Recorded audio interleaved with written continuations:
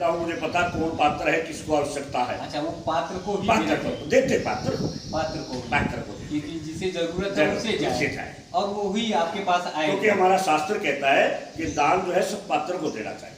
पात्र को, कुपात्र को दिया हुआ दान भी नुकसानदायक होता है। दोस्तों, वृंदावन की इस यात्रा में मैं लगातार आप सबको महान संतों के दर्शन करा रहा हूं और वास्तव में इतना आनंद आता है, इतनी भक्ति आती है, इतना भाव आता है कि मैं उसे शब्दों में बयान नहीं कर सकता। आज फिर आप सबकी काफ़ी डिमांड थी। हमारे बहुत सारे दर्शक, हमारे बहुत सारे साथी कह रहे थे कि हितैषी बाबा के दर्शन कराइए, बहुत सारे कमेंट आए थे। तो एक बार फिर मैं हितैषी बाबा के दर्शन करा रहा हूँ और उनकी वाणी, उनका आशीर्वाद आप सब तक ले जा रहा हूँ। आइए भावपूर्ण दर्शन महाराज जी के करिए। महाराज जी बहुत बहुत प्रणाम। आम रखे, भगवान आपको सुख शांति रखे। कैसे महाराज जी के आश्रम में ढेरों सामान है और कैसे अर्पित करते हैं और कहते हैं कि तेरा तुझको अर्पण क्या लागे मेरा, सब दान। फोन कर देता हूँ, मुझे पता कौन पात्र है, किसको आवश्यकता है। अच्छा, वो पात्र को ही देते, पात्र को क्योंकि जिसे जरूरत है उसे जाए और वो ही आपके पास आए। क्योंकि हमारा शास्त्र कहता है कि दान जो है सब पात्र को देना चाहिए। पात्र को, कुपात्र को दिया हुआ दान भी नुकसानदायक होता है। तो और हम इस क्षेत्र में रहते हैं तो हमें पता है कि कौन सत्पात्र है। सत्पात्र है और हम तो फोन कर देते हैं, बेटा आपको इस चीज की जरूरत थी, आओ ले जाओ, आ गया हमारे पास, ले जाओ। कुपात्र को कभी नहीं बुलाते। हाँ, कुपात्र के लिए अपमान उसको भी नहीं करते, लेकिन अगर कुपात्र भी हमारे पास आ जाए, बेटा चाय पियो, बेटा भोजन पाओ, और देखो बेटा तुम्हारे देखो ये है, इस आदत को छोड़ो पहले, क्योंकि हमें पता है कि हमने तुमको अगर पैसा दे दिया तुम क्या करोगे। इसलिए ये है, हाँ ये बच्चों के लिए आटा ले जाओ, बच्चों के लिए आटा ले जाओ, आलू ले जाओ, सब्जी बना के खिलाई, मैंने करेगा क्या। उसमें मैंने ऐसा देखा है कि व्यक्ति को मैंने कंबल दे दिया तो उसने रास्ते में बेच दिया, पौवा ले लिया। तो ऐसा है कि दान भी पात्र को देना चाहिए। हालांकि कहा तो ये है कि देनहार कोई और है, देता है दिल रैन, और लोग भरम मुझ पे धरे इस बीच नीचे नैन। लेकिन शास्त्र की बात देखिए, संत जो है हमेशा शास्त्र की बात को मानता है, क्योंकि शास्त्र प्रमाण है। शास्त्र कहता है कि दान हमेशा सुपात्र को देना चाहिए। इससे क्या है, वृद्धि होती है। जिसने हमको दिया उसका पुण्य मिला उसको, अगर कुपात्र पर चला गया तो शायद है उसको पुण्य ना मिले। इसके भागी कौन हुए, हम हुए। इसलिए क्या है, याद रखें, अगर गुरु आपसे कुछ ही मांगा, गुरु मांग सकता है, गुरु कह सकता है बेटा लो तुम नशा करते हो, बेटा लो मेरे को दे दो, मैंने झोली फैला ली, मेरी झोली में डाल दो। बेटा तुम जुआ खेलते हो, बेटा तुम पर नारी से प्यार करते हो, बेटा तुम जो है अपने बच्चों का ध्यान नहीं रखते, उनको पढ़ाई लिखाई नहीं कराते, देखो ये तुम्हारी गंदी आती है, इनको छोड़ दो, ये हमें दे दो। अच्छा, ये आप ले लेते? बिल्कुल ले लेते हैं। तो हम अपने शिष्य की बुराई लेते हैं, अपनी शिष्य की बुराई लेते हैं। दक्षिणा मेरे से पूछते हैं कि गुरु जी हमने गुरु मंत्र लेना है, मैंने कहा बड़ी अच्छी बात है, आप दे दोगे, मैं क्या दे दोगे। तो महाराज क्या क्या सामान लेना पड़ेगा दक्षिणा में। मैं साफ कहता हूँ, जो तेरी सारी बुराइयों को गिन ले, कागज पे लिख ले, ला करके मेरी झोली में डाल दे, उन बुराइयों को छोड़ दे, गुरु मंत्र दे दूंगा, ये मेरी दक्षिणा है। तो ऐसे कितने लोग आए, कितने शिष्य आए? ऐसा है, देखिए ऐसे बहुत कम लोग आते हैं, बहुत कम लोग आते हैं, बहुत ही कम लोग, बस ये मांगते ही डर जाते हैं। कई तो वापस चले जाते हैं, कहेंगे महाराज हमारे बस की बात नहीं। कुछ लोग क्या है, झूठी हाँ भर लेते हैं कि हाँ महाराज जी मैं छोड़ दूंगा, गुरु मंत्र दे दो, लेकिन कुछ समय के बाद देते हैं कुत्ते की पूंछ में टेढ़ी की टेढ़ी। लेकिन हमारा कर्तव्य है, हमारा, क्योंकि हम उस पर भी नाराज नहीं होते। तुम सोचते चलो अब की बार नहीं, शायद अगली बार हो जाए, अगली बार हो जाए, कभी न कभी तो देखो पत्थर है हमारे हाथ में, हथौड़ी है, हमने पत्थर पर हथौड़ी मारी, अब जब हथौड़ी मारी पत्थर नहीं टूटा, दोबारा मारो। मैं तो कहता हूँ जब तक ना टूटते थे 100 बार मारनी पड़े, मारते तो टूटते ही। मेरे गुरुजी एक बात कहा करते थे कि देख कर जो सख्त तकलीफों को घबराते नहीं, काम कितना हो कठिन पर जो कुलाते नहीं, भाग्य पर रहकर भी जो पीछे से पछताते नहीं, भीड़ पड़ने पर जो चंचलता दिखलाते नहीं, होते हैं एक आन में उनके समागम सब भले, सब जगह सब काम में रहते हैं वो फूले भले। पर्वतों को काट कर सड़कें बना देते हैं वो, सागरों के बीच में बेड़े चला देते हैं वो, मरुस्थलों के बीच में नदियां बहा देते हैं वो, और जंगलों के बीच में मंगल रचा देते हैं। देख कर बाधा विघ्न घबराते हैं। इसलिए हमारा काम क्या है? सहन करना, हर एक की बात को सहन करना, हर चीज को सहन करना। कहते हैं ना कि अन्याय को सहन नहीं करना चाहिए, लेकिन हो सकता है ये राजा पर लागू हो, मैं उसके बारे में कुछ नहीं कहूंगा, लेकिन संत को तो सहन करना चाहिए। सहन करना चाहिए। अगर एक कोई भी व्यक्ति हमारे साथ अन्याय करता है, लेकिन हमें उसके अन्याय का विरोध नहीं करना चाहिए, बल्कि समाज में एक स्थापित करना चाहिए आदर्श कि देखो हम संत हैं और सहन करना हमारा स्वभाव है, और सहन करने के कारण ही हम संत हैं। अगर हम सहन नहीं कर सकते किसी बात को देख करके हमारे अंदर क्रोध आए, किस बात के संत हैं? अगर हमारे चेहरे पर हर वक्त मुस्कुराहट नहीं रही, अगर हमारे चेहरे पर भी क्रोध के भाव आ गए, या हमारे चेहरे से भी अगर क्रोध झलका, दो चीज होती है। कहते हैं कि क्रोध तो अंदर से आता है, लेकिन कुछ लोग ऐसे होते हैं समझदार, उसको बीच में रोक लेते हैं, बाहर प्रकट नहीं होने देते। मैं कहता हूँ अभी वो साधक हो सकता है, लेकिन अभी संत नहीं। अच्छा, संत वही है जिसके साथ अन्याय हो रहा हो, फिर भी उसकी चेहरे की मुस्कुराहट बन जाए, और फिर भी क्या भगवान बेटा तेरा भला करे। हाँ, भगवान से प्रार्थना करें जी कि प्रभु इसको सद्बुद्धि दे, सद्बुद्धि दी। इसको सद्बुद्धि, और क्रोध तनिक ना आए और चेहरे पे तनिक भी झलक ना आए। जी, वो संत। समझे। उसे उसकी पीड़ा हो रही, उसका नुकसान हो रहा है, लेकिन उसके चेहरे पे झलक ना आए, भाव ना हाँ, भाव ना बदले जी। क्योंकि देखिए भगवान क्या है, भगवान बहुत स्पष्ट कहते हैं कि भाव का भूखा हूं मैं, भाव ही बस सार है, और भाव से मुझको वजह तो बहुत से बेड़ा पार। भगवान तो भावना के भूखे। हम क्या करते हैं, हमारे यहाँ 3 प्रकार की पूजा होती है। हमारे यहाँ मानसिक पूजा जिसको कहते हैं। अब मानसिक पूजा में क्या है, कोई भी सामग्री नहीं होती, कोई भी सामग्री केवल भाव होता है जी, और उसको भी ठाकुर जी बिल्कुल अर्पित करते बड़े भाव, अर्पित करते नहीं। मैं कहूँ अगर आप जो अर्पित करते हैं अगर सामग्री, अरे तो भाव से जो आप करते हैं, शायद भाव को ज्यादा पसंद, ज्यादा ग्रहण करते हैं। भाव से तो ठाकुर जी ने पाँव भी दौड़े चले आते द्रौपदी को बचाने के लिए। कहा कि भगवान भगत के बस में होते आए। मैंने पिछले उपयोग में कहा था कि भगत के बस में भगवान, ये कहना, क्योंकि देखिए बस में होने का मतलब बंधन में आना। क्या है? बंधन में। शब्द का अंतर है केवल कि बस में होने का मतलब बंधन में आना, और जो सारे संसार को बंधन से छुड़ाता है वो बंधन में कैसे? बंधन में कैसे? पराधीन को तो बताते हैं स्वप्न में भी सुख नहीं, तो भगवान कैसे किसके भगत हो या कोई भी हो, किसी के पराधीन कैसे हो सकते हैं?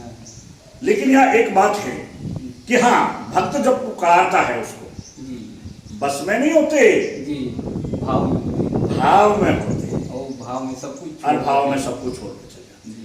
बस में कैसे हो सकते हैं? जिसने सारा संसार जिसके बस में है, वो किसी एक भगत के, क्योंकि मैं कहता हूँ कितने भगत अब तक हुए और आज भी है भगत, क्योंकि पृथ्वी कभी वीरों से खाली नहीं होती। यहाँ कभी कोई चीज समाप्त नहीं होती। यहाँ सदा संत रहेंगे, सदा संत रहेंगे, सदा साधु रहेगा, सदा देशवागु रहेगा, सदा ईमानदार रहेगा, सदा बेईमान रहेगा, सदा सच्चा रहेगा, सदा झूठा रहेगा, सदा पतिव्रता होगी, सदा वैश्या होगी, कोई भी युग हो, इनसे कोई फर्क नहीं पड़ता। भगवान ने सृष्टि का निर्माण जोड़े से बनाया। एक कविता है हमारी, कोई बनाया तूने कौवा रे दाता, कोई बनाया तूने मोर रे, कोई बनाया तूने दानी विधाता, कोई बनाया तूने चोर रे। तो जोड़ा तो सृष्टि का तो जोड़ा रहेगा, बचित भी रहेगी, पट भी रहेगी, तभी संसार चलेगा।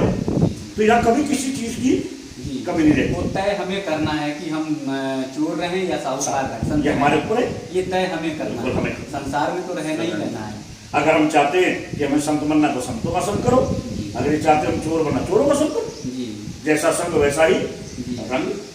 इसलिए एक बहुत ज्यादा लोगों की बात कमेंट आता है मेरे उसमें, तो वो लोग कहते हैं मन में अशांति है और सुख नहीं है, परिवार में कलह है, परिवार में बड़ा कष्ट है, वो दूर करने का क्या रास्ता है? देखिए सीधी सी बात है कि हम जब जो है किसी से किसी प्रकार की इच्छा रख लेंगे और उसमें उस इच्छा की पूर्ति हमारी नहीं है, स्वाभाविक बात हमारा शांत है।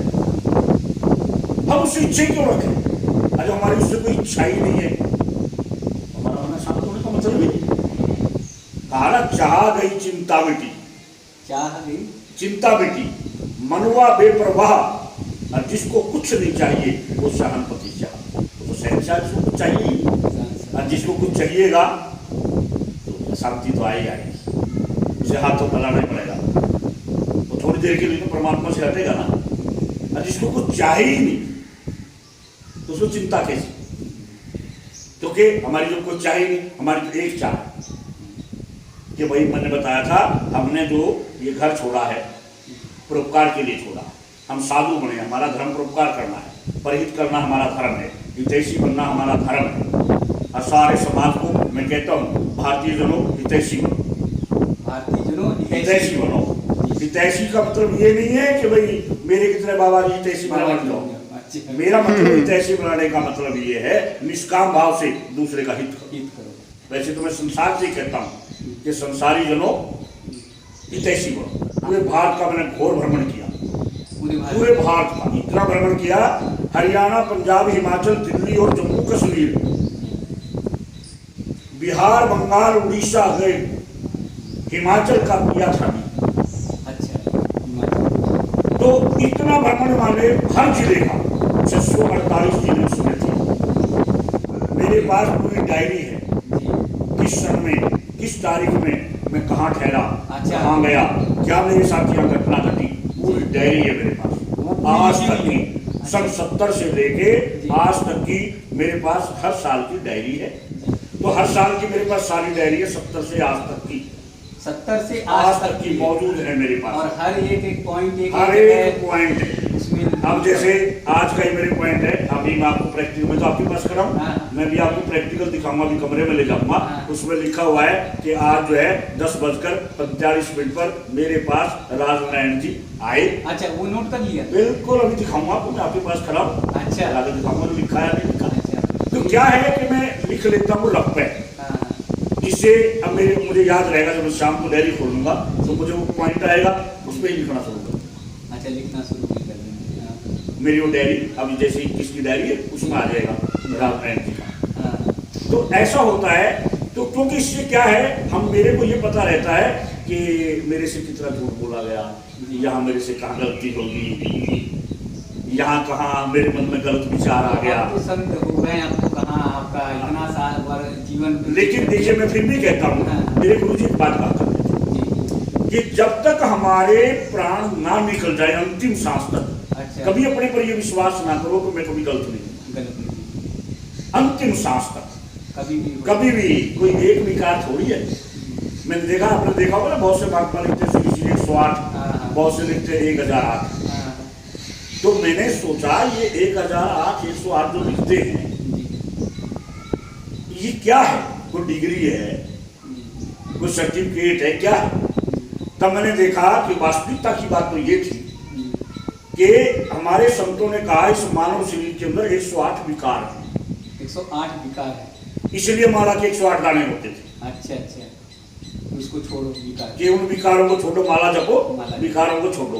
और जिसने विकार छोड़ दिए 108, तो वो लिखता था श्री श्री 108। अच्छा, वास्तविकता ये श्री श्री 108 का मतलब ये है कि वो 108 विकार छोड़ चुके हैं। 108 विकार छोड़ चुके हैं। आज तो उसको यूँ लिख देता है, जी विकार भरे पड़े हैं लेकिन फिर भी लिख देते हैं। लेकिन वास्तव में लिखने का अधिकार उसको है जिसने 108 विकारों को त्यागा। इसके बाद भी हमें एक संत ने मेरे को क्या बताया कि श्री श्री 1008 का मतलब क्या है। ऐसा होता, वो कहते एक विचार की 10 शाखाएं। ये ऐसा होता है जैसे स्थूल सूक्ष्म कारण शरीर है ना, तो क्या है कि जिसने 1008 भागवत करवा दी, या 1008 अपने जीवन में राम कथा करवा दी, या भंडारा कर दिया, या कन्याओं का विवाह कर दिया 1008 का, या उसने जो है 1008 तीर्थों की यात्रा कर ली 1008 बार, वो श्री श्री 1008 हो गया। और इसमें परमात्मा की हमारे ऊपर गुरु जी की बड़ी कृपा है। हमने जो है जैसे भागवत है, संत सम्मेलन है, भंडारे हैं, हर कुंभ में क्षेत्र लगाते हैं, तो भगवान की दया से हमारा 1008 से भी थोड़ा ऊपर जा चुका है। 1008 से ऊपर जा चुका है। भागवत भंडारा सब मिला के 1008 से अच्छा ऊपर जा चुका है। तो 1008 कह सकते हैं आप। लेकिन मैं तो ऐसा नहीं सोचूंगा, लेकिन जो उन्होंने बताया संत जी कि जिन्हें 1008 निष्काम भाव से पुण्य कर दिया, जैसे भागवत कथा है, राम कथा है, या अखंड पाठ है, या यज्ञ है, या गरीब की शादी है या किसी गरीब बच्चों को पढ़ा दिया हो 1000 आपको निःशुल्क या सारे उससे खर्चे से, तो भी वो सेल्सी रेट से 1008। अच्छा ये भी है कि अगर गरीब बच्चों को पढ़ा दिया निःशुल्क, निःशुल्क, मतलब उनसे कोई स्वार्थ नहीं है, किसी अच्छा। प्रकार का कोई वो नहीं है, तो वो भी सेल्सी 1008। जी। तो भारतीय संस्कृति में पुण्य के तमाम रास्ते हैं, बहुत रास्ते हैं। मतलब एक चोला ओढ़ कर ही नहीं कि मेरे पूज्य गुरुदेव वीतराग स्वामी दयानंद गिरी जी ने मेरे को एक बात बताई। जी मैंने कहा गुरु जी हम कैसे पता लगावे कि पुण्य क्या है पाप क्या है। जी पहले तो उन्होंने शास्त्र का प्रमाण दिया कि 18 पुराणेषु व्यासस्य वचनम पुण्याय परोपकाराय पापाय पीड़ितम्। दूसरे को पीड़ा देना जो पाप है और दूसरे का परोपकार करना ये पुण्य है। ये तो एक सीधी सी परिभाषा हो। लेकिन देखिए जिस काम को आप जो है सरेआम नहीं कर सकते, सबके सामने नहीं कर सकते, चोरी छिपे जो करते हो चाहे पाप जो होगा चोरी छिपे होगा। धर्म केवल एक है और वो है सनातन धर्म। जैसे हिंदू धर्म है, ये हिंदू धर्म नहीं, ये हमारी जीवन जीने की पद्धति है। हिंदू जो है जीवन जीने की पद्धति है। इसके बाद ये सब हमारे संप्रदाय हैं, अपने अपनी पूजा करने के अपने तरीके। धर्म केवल एक है सनातन, और सनातन धर्म जो है वो अनादिकाल से चला रहा है, अनादिकाल तक चले, उसमें कोई परिवर्तन नहीं हुआ, उसको कोई बदल नहीं सकता, उसको कोई बदल नहीं सकता। और सनातन धर्म क्या है?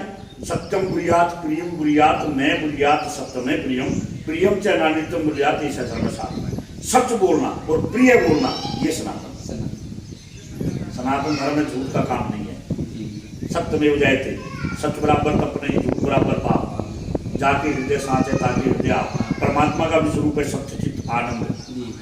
गोस्वामी तुलसीदास जी ने रामचरितमानस में कहा धर्म न दूसर सत्य समाना और आगम निगम प्राण उठाना। तो सत्य बोलना और प्रिय बोलना। आपने सत्य बोल दिया लेकिन अब करवाए वो भी ठीक है।